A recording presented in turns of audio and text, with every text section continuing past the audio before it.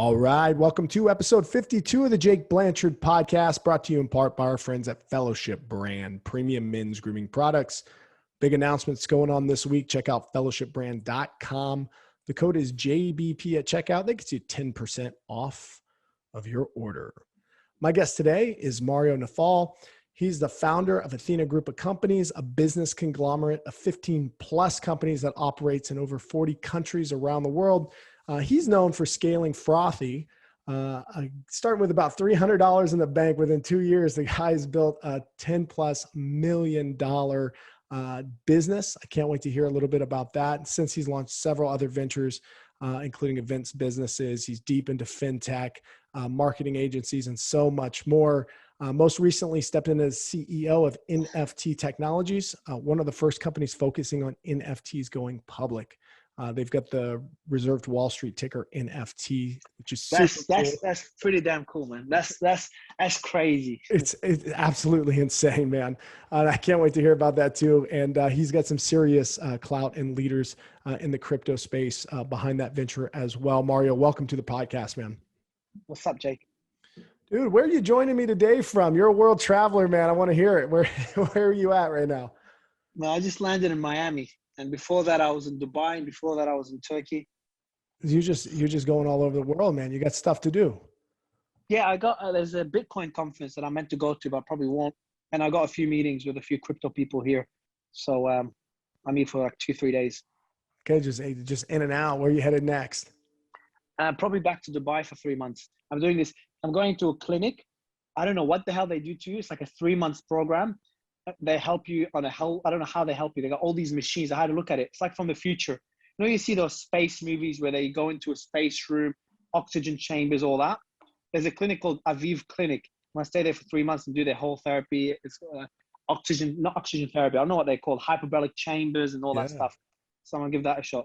Dude, I hear that hyperbaric stuff is where it's at. I've had my own experience once in a hyperbaric chamber, but there's people doing the 90 days or, like something like 60 sessions in a hyperbaric chamber is supposed to take, X amount of years off your life and extend your telomere length and all kinds of cool stuff. Yeah, I got a medical team that looks at that stuff. So I can't tell you any details. All I know is that it looks pretty damn cool. And it's like a 3-month program where you go in, they use their chambers and they got their fitness, EMS fitness, and they got everything there 5 days a week. And then after that, you have your own nutritionist and your own GP checking up on you every day. I love it, man. Hey, so like, let's find some common ground here in the beginning. Like, well, have you always been an entrepreneur? Have you always wanted to be industrious and get after it, or what's growing up look like for you? And maybe reflect a little bit on what got you interested into business. Yeah, man. Sorry, my camera cut out. I think someone called. I didn't even know what entrepreneurship was. I was in university doing banking and finance. And I saw a video of a boy, his name was Farah Gray, who I later met on Clubhouse. But the video was like many, many years ago. And in that video, he talks about how he made $1 million at age 14. He made his first $1 million. And that made me realize that, there is another way. I don't have to go through university and get a job and then make my millions at age 40. And I got the first job I can get my hands on, which was door knocking, commission only. Many, many entrepreneurs started that way. So I started door knocking, made 6 figures just knocking on doors for a few months. And then I kept following the next opportunity. So I was knocking on doors, selling any product I can get my hands on. And blenders were working well. And that's an important lesson for anyone in entrepreneurship. It's a cheesy lesson, but it applies. It applies now, it applied before, and I still apply it. I'll continue to apply in the future. And that's something very basic. Follow the money. As an entrepreneur, liquidity is an issue. You just don't have that much capital to play with. You need to pay the bills. You need to just make some sort of money. Not only to pay the bills, but to know that what you're doing works. And that's what happened to me. I was knocking on doors, selling a lot of products. Water filters were working well, so I kept doubling down on that. And then blenders worked. And then I doubled down on that. And then I tested on eBay, because I buy things from eBay. I said, let me try selling things on there. It worked. I'm like, holy shit. And I had like a marketing strategy, an aggressive marketing strategy that worked. Then I found out about Google Ads. I'm like, all right, let me give that a try. And that worked. So then I realized I'm onto something, and I kept doubling down, and then I expanded it to new countries, and eventually Fruity hit $10 million plus in 48 months later. But it's kind of that same story repeating itself. That's how I got into crypto. And I mean, I'm a partner at a crypto law firm. I've got a crypto consulting firm, a CEO of NFT Tech, and a few other things. It was just trying different things and doubling down on what worked. And that's how I launched my growth hacking agency. I've got another agency that takes companies public. We tried it, it worked. We have a stock promoting agency that worked really, really, really well. Did 8 figures in the first year. I'm a partner there. So you keep doubling down on what works is what got me to where I am. So then as you keep doubling down and then expanding the breadth of the kinds of companies that you're in, how do you shift your focus? How do you stay engaged with all these different companies and things going on? Okay, so the pebbles versus cannonball approach. When you start out, there isn't too much focus because you're trying different things. You're throwing, like Jim Collins says, you're throwing a lot of pebbles to see what works. But when a pebble hits, that's when you should stop throwing pebbles and get the cannonball. That's when you should go all in. So I threw a lot of pebbles. I tested many different things. But when something worked, I go all in. And in the beginning, all I had was free. I didn't have all these different companies in different countries. All I had was free. And then when I set that up and I had a team take it over, and I did a pretty bad at it and I screwed it up because I didn't know the art of delegation. But let's say I did it right. Then I move on to the next thing. I did an events business. Then I did a personal mobility business called HX. And then I got into B2B through IBC. But it was step by step. It was throwing pebbles, hit one, get a cannonball, throw it, keep hitting cannonballs, get the team to shoot those cannonballs, and then go back to throwing more pebbles. Yeah, you mentioned something. Let me go back to it as well. You said that you messed it up as far as like handing it off and delegating. Maybe unpack that for a minute. What was that experience like growing a business and then having to kind of pass it on to someone else so you can go focus on these new interesting things? If you don't know how to delegate, you will not be able to scale to, let's say, 7, 8 figures. Let's go with 8 figures or multiple 7 figures. As a one-man band or 2 or 3 people around you, you can make some nice money. But to have money work for you, that can never happen if you don't know how to delegate. And delegation has 3 parts. Number one, and I fucked all of them up. Sorry, can I curse? Oh yeah, you can as much as you want. So I messed them all up. First one is hiring the right person for the right job. So getting someone who's really good at Facebook marketing to do your Google marketing, he's likely not going to do a good job. If his specialty was Facebook marketing, you're taking a risk. If I get someone that's really good at project management and put them in a sales position to talk to customers, they're likely not going to do a good job. So finding the right person for the right job is number one. Number two is training them like you're training a little kid. Constantly repeating things. Don't expect them to know everything at once.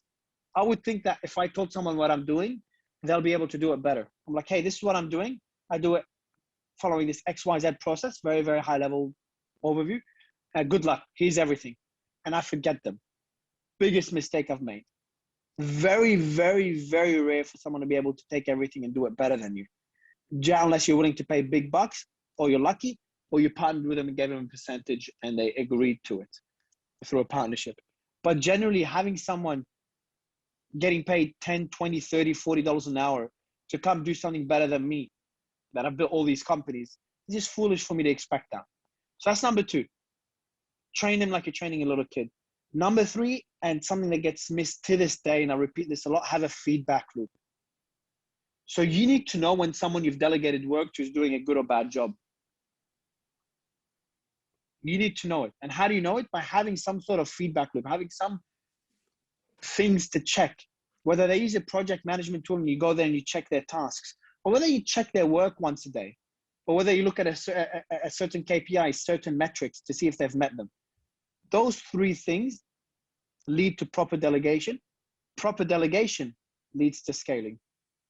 100%. So then how do you organize your day now as someone who's overseeing all these companies? Are you overseeing day to day for a lot of them? Or are you just really laser focused on the crypto stuff? Or, help me unpack this. Yes, yeah, so I'm going to focus a lot now on NFT tech and my personal branding. These are the 2 things I'm focused on. how do I run my day? It's just, and probably your question is, how do I run my day having so many companies? Like, how do I get a chance to do everything? Because I also travel the world dancing bachata. How am I going to have time to do that as well? Finding a company is two things: systems and people. Yeah. You build proper systems. Actually, let's go with people first, because you can find people to build the systems. You have the systems, whether you build them or you get someone to build them. You build the systems, you find the right people to put them in the right place, and you have yourself a company. That's it. I love it. I love how simple that you just took that. That's So it's so simple to explain. So tough to do. So tough to do. That's why it's so little people. I guess a lot of people that made some quick money. I know, you know, a few people that did good with selling CBD, selling cannabis, getting into crypto early. But people that have actually built a business that works for them and they don't need to do much, very, very rare. So we've touched on NFT. You mentioned IBC, which was I believe that's International Blockchain Company, something Consulting, yeah. Consulting. Excuse me. Let's turn our attention there, man. And my viewers may or may not have a level of depth around the blockchain, around NFT, and then how that kind of factors back into the world of crypto, et cetera. If you could maybe give us a lay of the land and then talk more specifically about the relevancy of NFT, which I think is just such a huge topic that's starting to emerge in the world today. Being early, okay, I'll start it with a quote and then I'll paraphrase and butcher it. But people are really bad. They tend to overestimate the short-term potential of things and underestimate the long-term value of innovation. They overestimate the short-term value of innovation, the short-term impact. They underestimate the long-term impact. That's what's happened with crypto. Many people got overly hyped back in 2017, 2018, and then it crashed and everyone just forgot about it because everyone's thinking short-term. But what people don't understand is that the real value is going to be in 5 years' time. If you position yourself as a leader now in crypto, leading doesn't have to be a leading personality as an influencer, but build a business around crypto. Those seeds you plant now, you'll see the results in a few years. And there's something I always remind myself and my team. Where we are now is not because of what we did last week or last month. It's what we did last year, 2 years ago, 3 years ago, is the reason we are where we are. Is the reason I am where I am. So going back to crypto, what you do now in crypto will lead to where you'll be in a few months. Why is crypto so exciting? Forget about Dogecoin and Bitcoin and looking at the prices, because that's the fun part. That's the gambling part. That's the exciting part. If you start understanding the technology and then seeing how you could leverage your skill to bring into the crypto space, as a developer is pretty clear. As a marketer, you can offer marketing to crypto projects. As an attorney, you can offer services to crypto projects. My partner's done that. He's in Miami, actually. I'll catch up with him. If you learn to do that, that's a good entry point. I was good at finding the right people and putting them in the right places. I built a consulting firm around crypto called IBC. That led me to become a pretty strong leader. It led me to launch a marketing agency, growth hacking agency focused on crypto. Led me to becoming a partner at a law firm. So see what skills you have and see how you can leverage them to this new industry, because it's all about timing. If you offer your marketing services to restaurants right now, or if you offer them to crypto, obviously crypto will get better long-term results. Why? Because the timing is right. Bill Gross has a really good video, a TED speech. Let's go on Google, write Bill Gross, Gross, a big name in the investment world. And he did a 7-minute TED talk about the importance of timing. Watch that video and you'll understand why crypto is really exciting. And that kind of pivots to NFTs, which is one area of crypto. And people just don't even understand it. Like NFTs, I won't go into the technical aspect of it, but collectibles, Top Shot and all these arts and all these celebrities doing NFTs is the tip of the iceberg. It's like Floyd Mayweather talking about some ICO. That's the tip of the iceberg of what crypto is.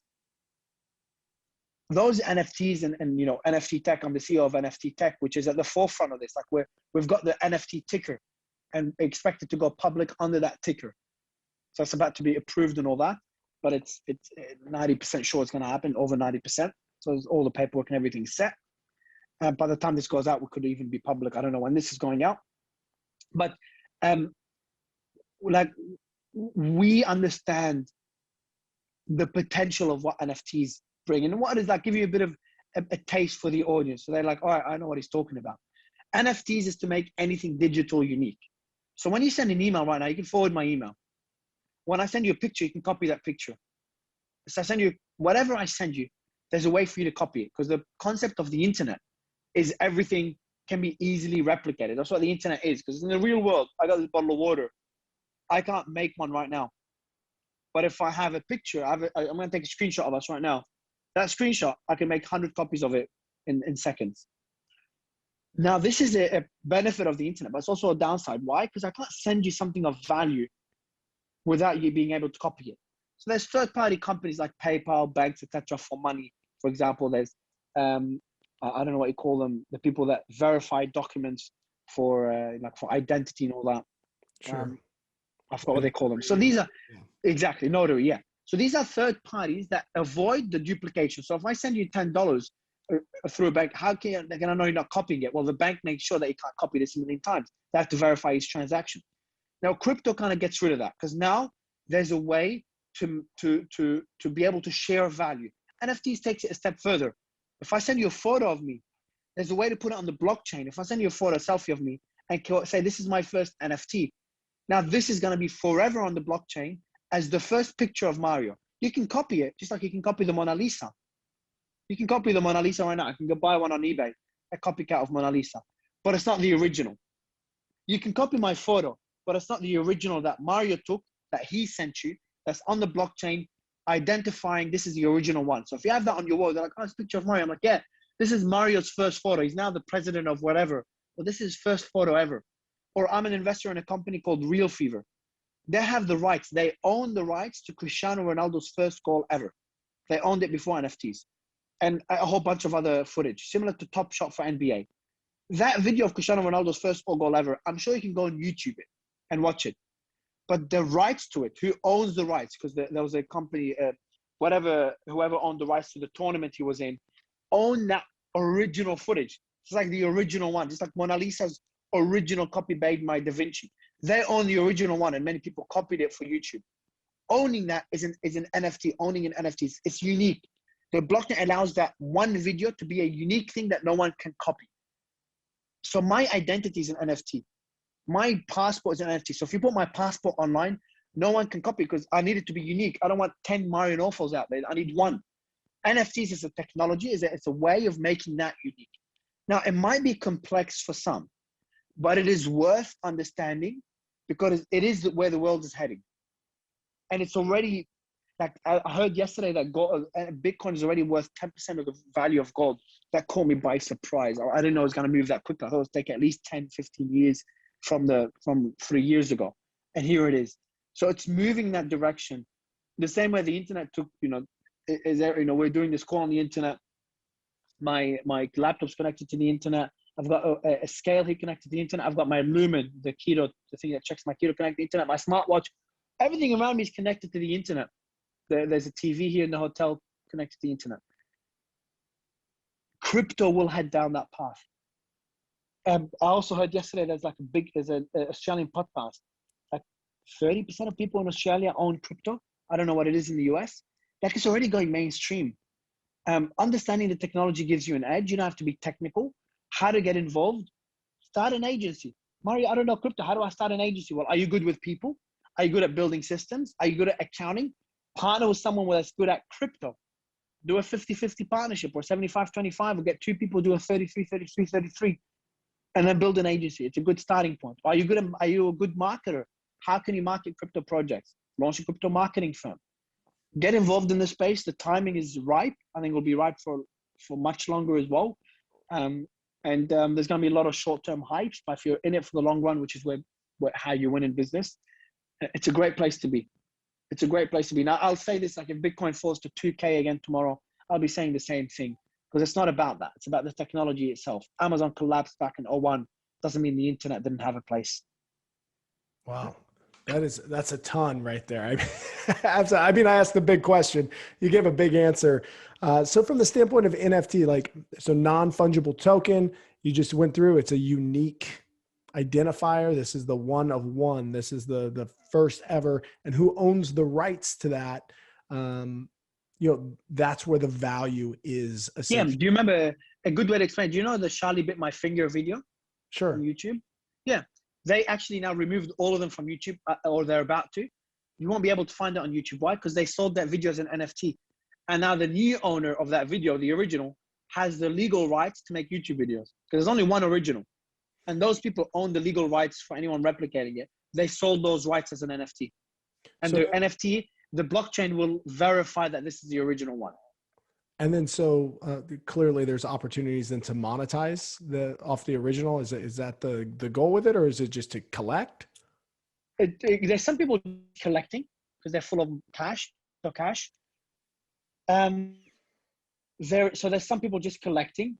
There's other people that will just monetize it. Now, could the original video, the value of the original video could go up, or they could make a lot of, they own that video. That means they could, and they also, and part of the deal is that they have a deal with the people in the video, the two kids that are teenagers now, that'll be adults later. They could put them in movies. They could make more videos. They could make sketches about it. It could become a whole media thing. They own the rights to it all.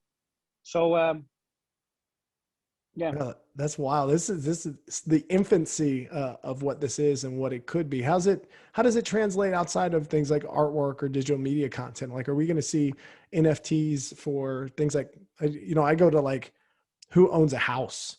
Like how easy the mortgage paperwork would be to just transfer ownership. There's an NFT of a house, man. Is there? Yeah, like there's an NFT of a house. Yeah, in I think it's Vegas. There's a small house in Vegas. They're selling it as an NFT. NFT is just a way to own something on the blockchain. That's it. Like that simple. Louis Vuitton, for example, a big company reached out to us 3 years ago. Like it's now it's in infancy. Imagine 3 years ago. They're like, how can we? I don't know if we worked with them or not, but how can we make it so that every one of our products is unique? Because when you buy a Louis Vuitton bag, you need to make sure it's authentic. So they put a chip on there that can be verified on the blockchain to make sure this is authentic. This is one of one unique bag. Now you might be, okay, Mario, but they made 2,000 of it. Yes. But what they could do now, like Topshop, when there's a moment of LeBron James doing it, having it done, that video, they sell the rights, but they might make 500 versions of it. That means there's 500 owners. You're like, okay, Mario, so it's not unique. There's 500 of them. Yes, but each one is unique. That means the first one is number one. It's the most valuable. They're not all the same. So when you want to buy that video, the one minted first, the one created first is worth the most. It's like Da Vinci creating 10 Mona Lisas. The first one, imagine he's painted in his house 10 Mona Lisas. They'll all be valuable. You'll assume the first one is the most valuable because emotionally thinking about it, like this is the first one he's ever done. So yeah, but the Louis Vuitton Da Vinci painting has value in of itself. So if he painted 9 more, it doesn't take away necessarily the value of the first. It's just in addition to just the way people collect prints and some other types of things. It's still valuable. Yeah, if there's only one, it's worth more because there's only one. There's not one of one. But if he does 10, let's say he did 10 before he passed away, that means there's another 9, but they're not all equal. The first one will be more valuable because he painted it first, as long as there's a way to verify the first one. Maybe he painted wrote number 1 in the painting or something. On the blockchain, it's easy to verify. So, what is a non-fungible token? A non-fungible means no two are the same. Would you trade? Let's say you have a Ferrari and I have a Ferrari. I use Uber. I don't have a Ferrari. Let's say we both have a Ferrari.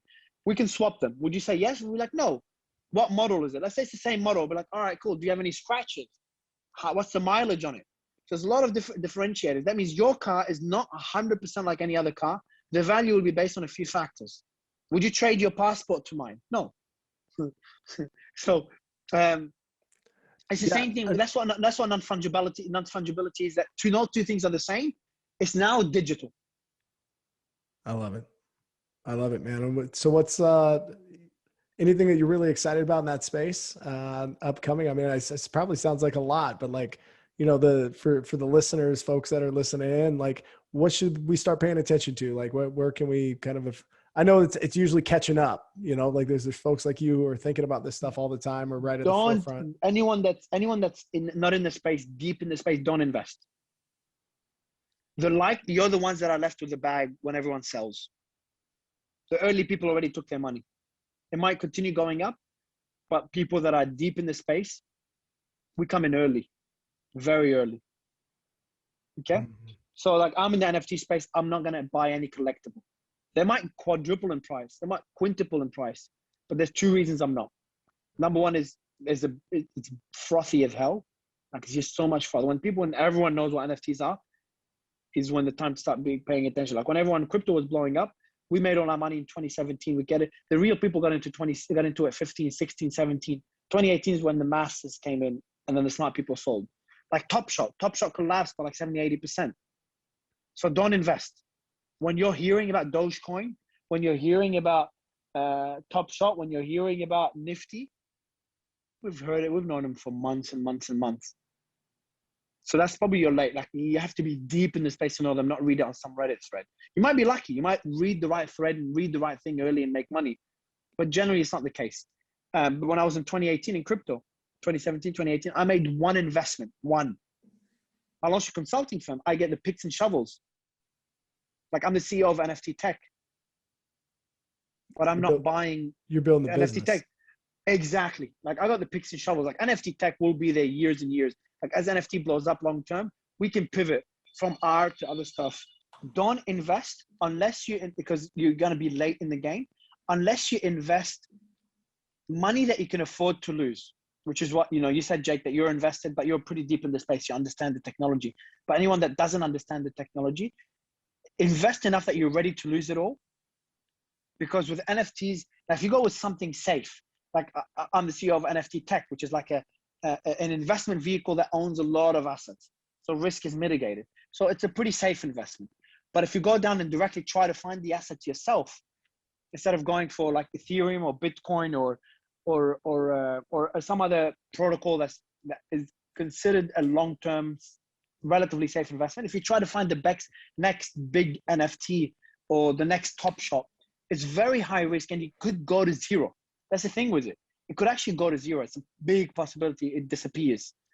And if that money goes away and it's like I was watching a movie on the plane, is a guy that lost all his money because of an investment he made, and it had George Clooney, and I rarely watch movies except on planes, and he went in and put a gun to George Clooney's head because he lost all his money on it on live TV. So it's perfect timing. If you put all of it, then emotions kick in, and that will bring more bad than good. And then that's where you start making decisions, emotional decisions. You might sell because you're too scared. You're like, I don't want to lose everything. Let me get at least 10% of my investment. And you sell Bitcoin at 3K, and then later is at 20, whatever it is now, 38K or 33K, whatever it is. So I'll just say, put in money that you can afford to lose it all. Think long term, and learn. It's diamond hands, right? That's, the other thing too is like when you download like a wallet, like a Coinbase, for instance, something like that. I mean, there's so many coins like in there. There's so many types of currencies. I mean, that's from an outsider looking in. And again, you just gave great advice. Like if you're not doing your homework, if you're not really looking at it as a long-term investment vehicle, and that you're willing to diversify this as part of a larger strategy so that it doesn't wreck you or all of your savings. But then you see, you get on, here's a list of 100 different types of cryptocurrency. Like, where's all this currency come from? Like what, why are they just kind of like pop up and tie themselves to different? Anyone, just like anyone, investing in Amazon is not a bad investment, of course, but anyone could make a website tomorrow.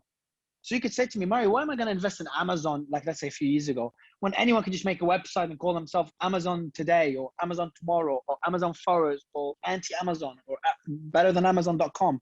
Anyone could create that website. It's the same in crypto. Anyone could create a crypto, just like anyone can create a website. Doesn't make them Ethereum, which has an incredible community, etc. It doesn't make them Top Shot, which has massive backing, financial backing. Doesn't make them BitClout, which has all the big investors backing it. Now, it doesn't mean Ethereum, BitClout, Top Shot are impossible to fail. Doesn't make Amazon impossible to fail back in 2001. They almost failed. Apple almost failed before Bill Gates gave them the money they needed. Elon Musk almost went bankrupt back in 2008. Yeah. So the risk is always there, so that's a different point. And to your point, yes, anyone can create a crypto coin. And that's what makes it really hard. That's why I said don't invest. Picks and shovels. I love the advice, man. Build businesses around the ecosystem. I love the advice, man. I think that I think that at surface level, you would think that you'd be yelling to the heavens, yeah, go and invest all your money in this stuff. But I think you're giving really rational advice in the standpoint of go get educated and then understand what the ecosystem needs. That's powerful there. I hope folks who are listening take you up on that.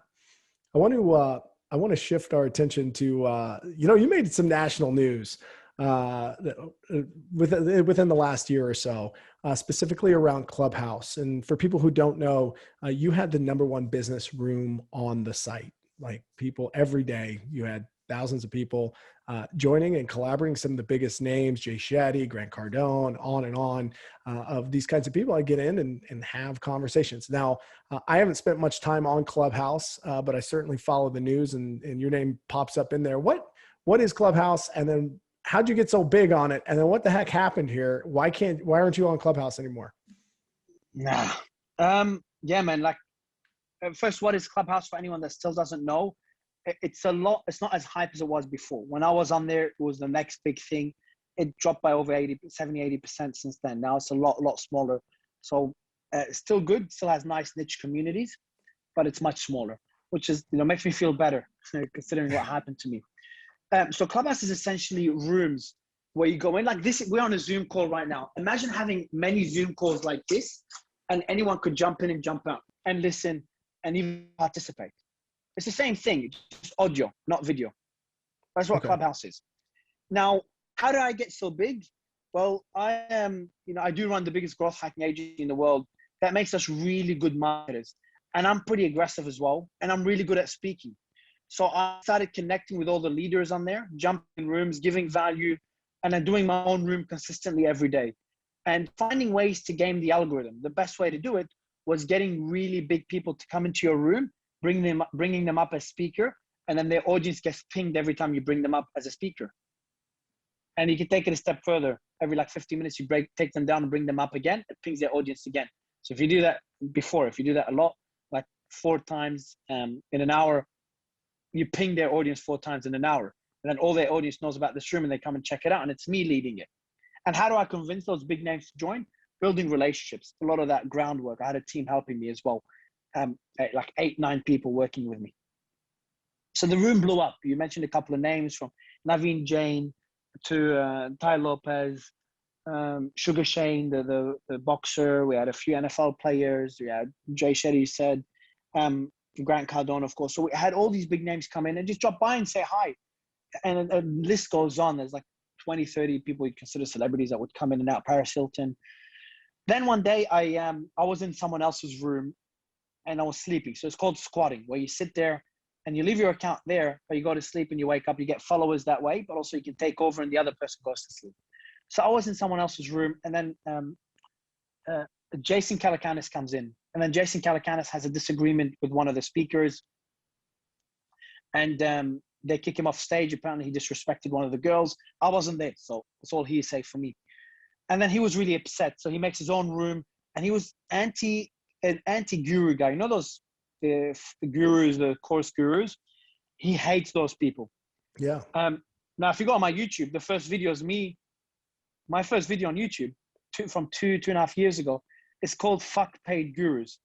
And I'm doing the same thing as Jason Calacanis. I'm calling these people out. I've never sold a course in my life, never done coaching. I have nothing against them. I think there's a lot of value in them. I'm against the snake oil salespeople that promise the world and deliver shit. Yeah, you expect those people to have built something, one, and then two, to not just take everybody. They have a niche, or they have those individuals. It's right for them. It's right for the coach. You move forward. There are a lot of people. Not overpromise and not overpromise. There's a lot of bitter folks out there because they spent way too much on something they weren't ready to execute upon. Exactly. And they promised them the world. That's the worst thing. And that's what I say in my video. I buy courses for my team to this day, and I'm learning all the time. And I wouldn't mind paying for a course. But I wouldn't buy a course that promised me, to be a millionaire within a year by following this process and shows Lamborghinis and shit. Even if they show Lamborghinis, I'm not against it because it's a way to get attention. But making false promises is what I'm against, and not delivering on value. Like Ty Lopez, who we speak on an occasional basis, not regular, he has all these Lamborghinis and girls. I don't think it's a bad thing. as long as what he offers on the back end is something positive, something good, which he does in most cases. So I'm not a complete anti-guru, but I do have a video saying fuck paid gurus. And I was called out on Clubhouse in my early days because there's a lot of course sellers on Clubhouse, a lot of these gurus. I was called out on there because I apparently was too negative towards them. And in my bio, I would say, I never charge for anything. I only help for free. That was my Clubhouse bio until I changed it because a lot of people didn't like it. So Jason Calacanis assumes that I'm leading a group of these MLM guru people because I was the biggest name and many of them would join my room sometimes. They don't sell anything in my room because that's not what my room was about, my Clubhouse room. But he made that assumption. And then he tells a lot of people to go report me at scale. And then a day later, I'm suspended. I emailed Jason. He realizes his mistake. He backtracks on it on Twitter because he tweets about it as well. Keeps attacking the other people, but he knows I'm not one of them. And but I'm suspended. And then from there, I kind of get into it with the founders. I'm like, look, because there's a lot of people suspended for silly reasons and for a long time. There's someone I know was suspended for like 4 months, 5 months, just because they couldn't verify his name. He had his right name. They block him because they say his name wasn't right. And then when he sends them all the IDs, it takes them 4 to 5 months to unblock him, poor guy. They just destroy him. And I was really not happy with the way they were doing that. And I got into it with the founders. And a lot of people supporting me also like kind of flooded Clubhouse supporting me and just went above and beyond to try to get me to unblocked quickly to get back doing what I'm doing. Obviously, the founders weren't happy with that, weren't happy with all these efforts. And I'm blocked to this day. Now, I haven't reached out to them again. I may if I want to get back to Clubhouse. But there was a lot of news about this. The press got involved. They did a room about it and then they shut down. Like I used another account to go into rooms while they're fixing my account. Look how crazy it was. I use another account to just keep participating on a platform. They freaking delete my other account. I was running a room with my other account. 3,000 people listening to me. During the room, Clubhouse removes me, blocks me. And there was just a room just doing my thing, talking business. They remove me and block me. That's just insane. The press do a room about me to talk about this issue with Clubhouse and Clubhouse bullying. They call it Clubhouse bullying because of what Jason Calacanis did. Now it's more of a, call it bullying or not, it's up to you. There's a lot of bullying on Clubhouse, but they use me as an example. And I'm invited there to talk. So I'm speaking there. And during the room, a lot of Reuters was there and a lot of the press was there. I get removed out of the room and my account deleted during the room. And then some of the journalists start getting removed. They start saying, Mario, we've been removed out of the room. And then the room, no one could join it again. That was insane to me. And then I joined the room from someone else's account through the phone. I call their phone to keep speaking. Like this is the stuff you do to criminals running away from a country.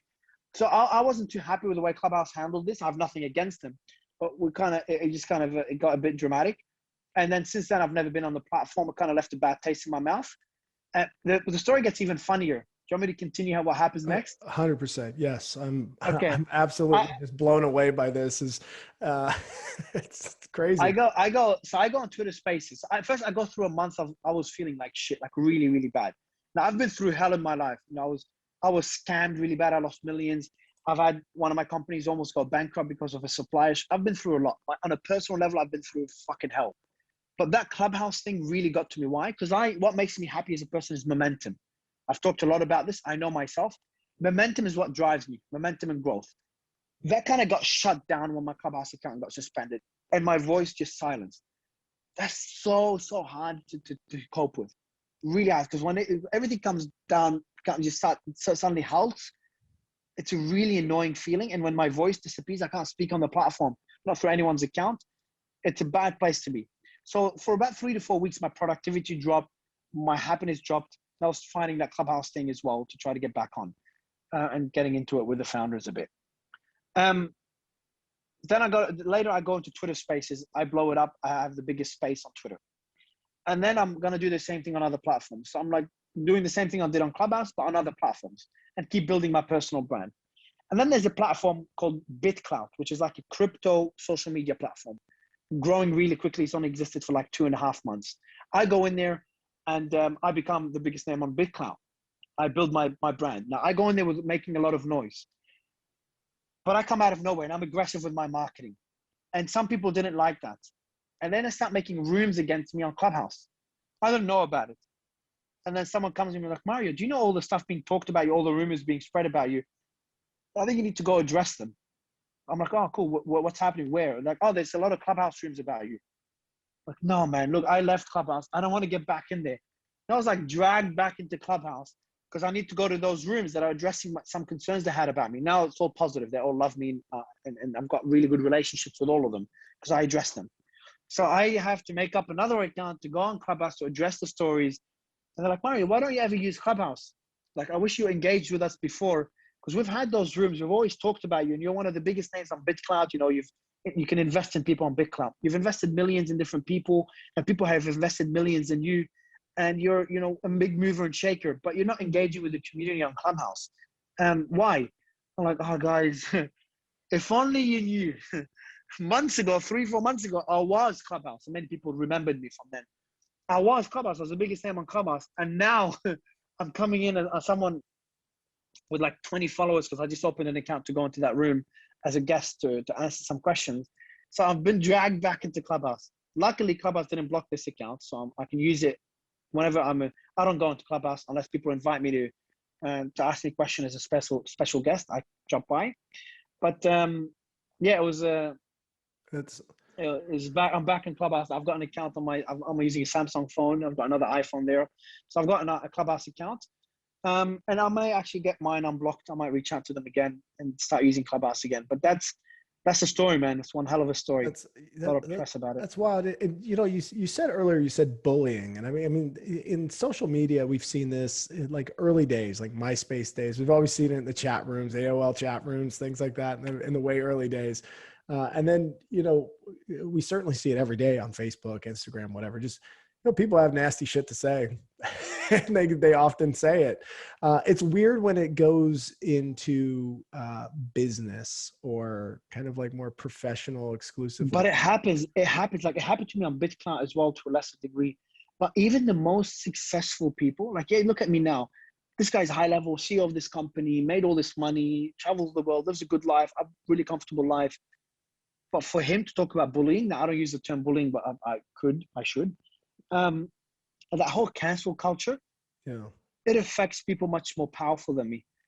So it happens to all of us. It is an issue, and it's something that you have to deal with, especially when you start building a personal brand.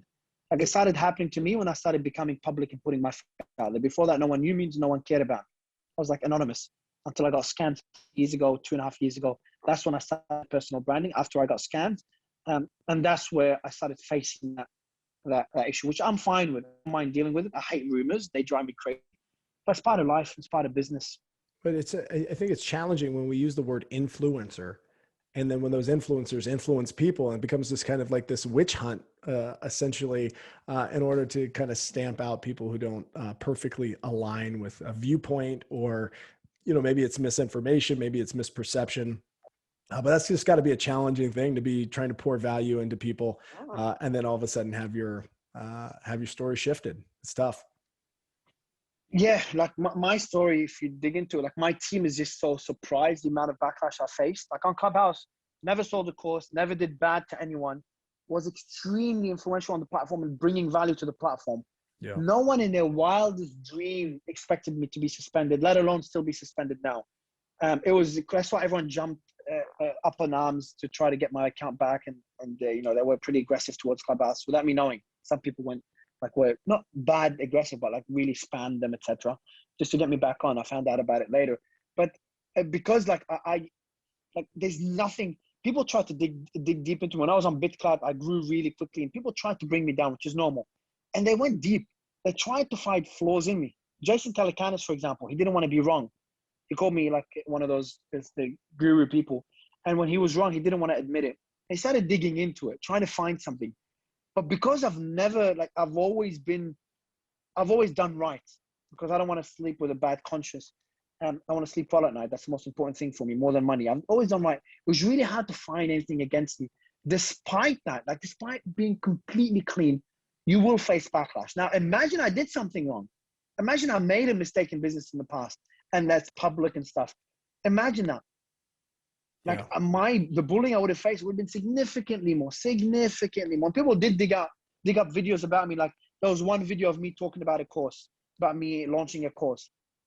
And they posted that on Twitter. Like, hey, he says he doesn't sell courses. I was right. He does sell courses, and he's the proof. And I'm like, yeah, guys, that was a free course. Never charged anything. It was a free course to kind of get people into my community. Never charged for it. Yeah. But this shows how far people go to try to bring you down. You can ignore them. It's very, very sexy to say ignore the haters. I never ignore them. Always address them, and address them with respect and humility. Like I've had someone threaten, like, I don't know if I'll mention it on camera. You can cut this out. But I have a screenshot of someone a week and a half ago, threatened me hard. And it's like, I slit the throat. One of my team members her name was Jennifer. Like the bubble of positive energy. She's also my dance partner. Incredibly positive and good. You know those people that are purely good? Yeah. Like just like the most they just get stepped on because of how good they are. And then she's like, I've slit her throat. I never showed it to her. I slit the throat of your Jennifer and all your team. That type of negativity. It was someone I did nothing to them. They were just trying to scam me. So it was not like a bullying, but it's been different. But I slit their throat. That's crazy. That's nuts. That's crazy. That's absolutely nuts. Just complete strangers. And that's the, I guess that's the B side of putting yourself out there, right? I mean, that's the other side of the coin and I don't know, of being vocal as well. Yeah. Being vocal. There's always going to be people disagree. And I'm pretty, one thing I admit to, and one reason that gets me a bit of backlash is I'm very aggressive in marketing. I do run a growth hacking agency and I'm open about it. So I am aggressive in marketing, and that does step on some toes. Some people don't like getting cold messages. Some people don't like someone who's posting, like being very aggressive, like a Gary Vee type person. And like, Gary Vee is very aggressive in creating content, etc. In early days, he was a lot more aggressive. So Grant Cardone, a very aggressive person in terms of marketing. Some people don't like that, and they try to bring those people down. Now, I can't comment on Gary Vee, Grant, or any of them because I don't know them. Talking about me, try to bring me down. It doesn't bother me when it's like they like Mario's a spammer. He spams people, and they start spreading that news. I don't mind that. Yeah. But when they start spreading rumors and people believe it, like one of them, Mario's a scammer. I've been scammed more than anyone in my life, and I've never done anyone wrong at all. I've even, there was one person on BitCloud that got scammed by someone pretending to be me. They lost 60K. It's on video. I've got a video about it. There's 3 or 4 of them. They lost 60K in total altogether because someone scammed them pretending to be me. Is that my fault? No. It's someone pretending to be me. I'm sure there's happens and many people pretend to be Elon Musk. I paid them 60K out of my pocket. That same day, people were actually calling me a scammer because I was actually growing really quickly. And here I am paying people that got scammed by others. Now that changed. Why did it change? And that the value to bring your audience, instead of me sitting there, like a crybaby when I have a pretty good life. So the value to bring your audience is address those concerns. I was actually talking, how I was late for our interview because I was telling that same thing to my accounting team. Like, there's concerns with how you guys talk to the team. Address them. Jump on a call. Don't ignore them. Tell them this is the way it is. Address those concerns. They'll appreciate it. So my answer to the people, like if you start building a personal brand, you get haters, go answer them. Jump on a call with them. My biggest haters on BitCloud are my biggest supporters now. On Clubhouse, before I blew up, I had haters as well. I was the anti-guru guy, anti-course guy, and I was really loud, jumping in different rooms. I had Grant Cardone kick me off stage once. People told me that he kicked me off stage. And now Grant would go into my rooms and stuff. And I think we have an interview booked in a couple of months. Yeah. So, like, and I wouldn't call him a hater. There's people that actually blocked me and went extreme. Like Grant Cardone just removed me from the room. But when Grant Cardone removed me from the room, it was a big shot on Clubhouse. A lot of people blocked me then. You're like, hey, Grant Cardone removed Mario from the stage. And maybe he didn't. People made that assumption. Maybe it was someone else. But Grant was not happy with me being on the stage in the early days. I was like a very small fish there. And I was removed from stage. I was blocked by a lot of people because they're like, this guy is, coming up, and they all just teamed up, blocked me. I didn't just ignore them and give them the finger and say, I'm going to do my thing. I jumped on a call with all of them. They're all friends now, and they helped me become big on Clubhouse. I love it. So speak to those haters. They could become your number one fans. I learned that back in e-com when I would have really angry customers go crazy on me, but I would still talk to them. I'll still address them. I'll still go above and beyond to help them. Then they become my most vocal fans. It's a business lesson I learned, and I still tell my team on a regular basis. Dude, I love it. And hey, I want to be respectful of your time as well. I know that you carved a little time out for me today. I got 2 quick questions. First question is, how did you get into bachata dancing? And what's it like? Yeah. Man, that's cool. And then the second one, just, as we wrap up here, best places to find you, et cetera, et cetera. But I'd love to hear your, how you got into that art. Yeah, like if you go on my Instagram, which is now, it got hacked, so you can't access it as of this moment, but it should be back soon. You'll see a whole bunch of videos of me dancing bachata around the world. I should be in Turkey right now at a festival starting tonight, but I'm coming in Miami for that crypto conference. I got into dancing by I watched Scent of a Woman, Al Pacino, blind guy in Scent of a Woman, and he danced tango in that movie. And I wanted to, I'm a growth hacker. So I growth hack everything, including my personal life. I don't go for lunches and dinners. I don't watch movies. I don't sit back with the boys, have a beer. I don't chit chat. I don't watch Netflix. I don't do any of that. I'm very obsessed with making the most out of every minute in my life. It's a healthy and unhealthy obsession at the same time. That means I don't have a social life. I haven't had it for as far as I remember. Now that's my choice. But how do I growth hack that? Well, one way is living with all my team. I told you earlier, I rent big villas and stuff, and I just live with my employees and my partners, business partners, and invite, clients and colleagues to visit. And the second one is bachata. Bachata is a great way to meet people, great way to meet girls. In bachata, it's a sensual Latin dance. You can go to any girl, ask her for a dance, and dance very sensually, and then either take their number and hang out and become friends, or just walk away. So you've had that ability to express your emotions with someone, have a few dances with them. Not like a club where you rub on the other person, that's it. Not like it's actually moving together. It's incredible. Just Google bachata on YouTube. So I growth hacked the ability to meet girls. I growth hacked the ability when that was needed. I growth hacked the ability to meet people. I growth hacked to exercise. I growth hacked letting out my emotions to music. I love music. And I growth hacked having that exit from work. So one thing got all, and fitness as well, because you're dancing, moving. So all these things in one thing, which is bachata. And I went crazy with it. Now I'm considered a bachata artist. I wear those shiny shoes and I get invited to festivals and people line up to dance with me. It's like a bachata celebrity. So I growth hacked becoming a celebrity, which is really cool. People taking selfies and autographs. So that's pretty cute.